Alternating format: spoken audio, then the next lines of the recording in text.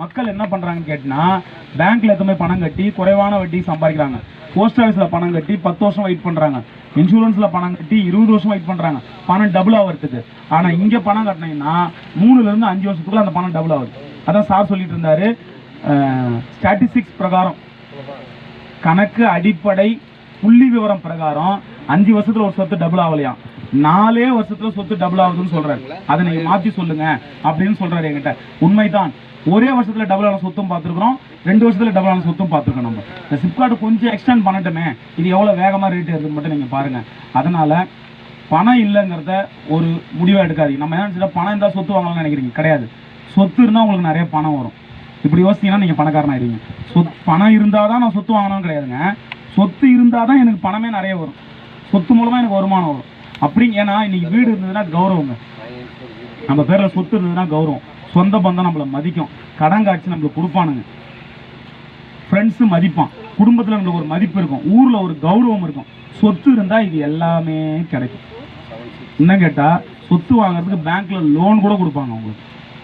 சொத்து இருந்தால் தர வாடகைக்கு விடலாம், சொத்து இருந்தால் வீடு கட்டி வாடகைக்கு விடலாம், சொத்து இருந்தால் இயற்கை விவசாயம் பண்ணலாம், சொத்து இருந்தால் பண்ணை நிலம் அமைக்கலாம், சொத்து இருந்ததுன்னா இன்னைக்கு ஆர்கானிக் விவசாயம் சும்மா ஒரு 1000 ஸ்கொயர் ஃபீட்டோட நீங்கள் ஆர்கானிக் விவசாயம் பண்ண முடியும். அந்த அளவுக்கு பல விஷயங்களை கண்டுபிடிச்சிட்டாங்க.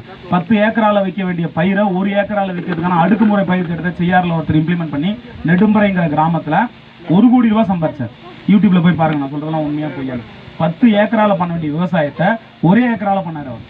அடுக்குமுறை பயிர் திட்டம் அப்படிங்கிறது மூலமாக 5 அடுக்கு பயிர் திட்ட முறைன்னு ஒன்று இருக்குது. அது மூலமா தென்னை மரத்துக்கு நடுவில் ஒன்று நடுறது, அதுக்கு நடுவில் ஒன்று நடுறது, நம்மள கலக்கா போட்ட நடுவில் துவர போடுவோம்ல, அந்த மாதிரி 5 திட்ட பரவலாக்க முறையில இன்னைக்கு விவசாயம் பண்ணி பண்ண முடியும். எத்தனையோ விஷயங்கள் இருக்கு. நீங்க ஆராய்ச்சி பண்ணி பார்த்தீங்கன்னா தான் சொத்தோட அவசியம் நமக்கு எப்பவுமே புரியும்.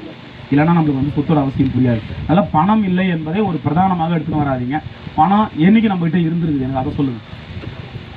சார் நிறைய பிரச்சனை சார், பிரச்சனைலாம் மூடிட்டோம். ஓகே, பிரச்சனை என்னைக்கு முடிஞ்சிருக்கு சொல்லுங்க.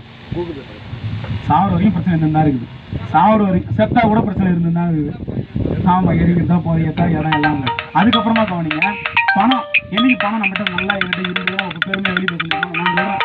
ஊரெல்லாம் போய் சொல்றேன் என்கிட்ட பணம் இருக்குது, நான் ஒரு நாளைக்கு 1 லட்ச ரூபா சொன்னேன். எத்தனை பேர் அந்த மாதிரி ஊரெல்லாம் போய் சொல்றாங்க என்கிட்ட பணம் இருக்குது, நான் சம்பாதிக்கிறேன்னு? சொல்ல மாட்டோம். என்னைக்கு பணம் இருந்த காலம் இது.